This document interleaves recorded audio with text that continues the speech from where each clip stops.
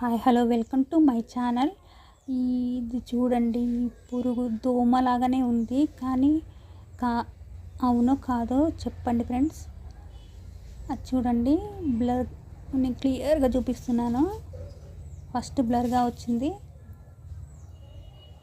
చూడండి, మీకు తెలిస్తే చెప్పండి. ఇది దోమనా లేకపోతే ఇంకేం పురుగు? ఇది చాలా వింతగా అనిపించి తీసానండి. ఇది మీకు తెలిస్తే కామెంట్ చేయండి. చూడండి ఎలా ఉందో. ఫస్ట్ సాలెపురుగు అనుకున్నాను, తర్వాత దోమ అనుకున్నాను.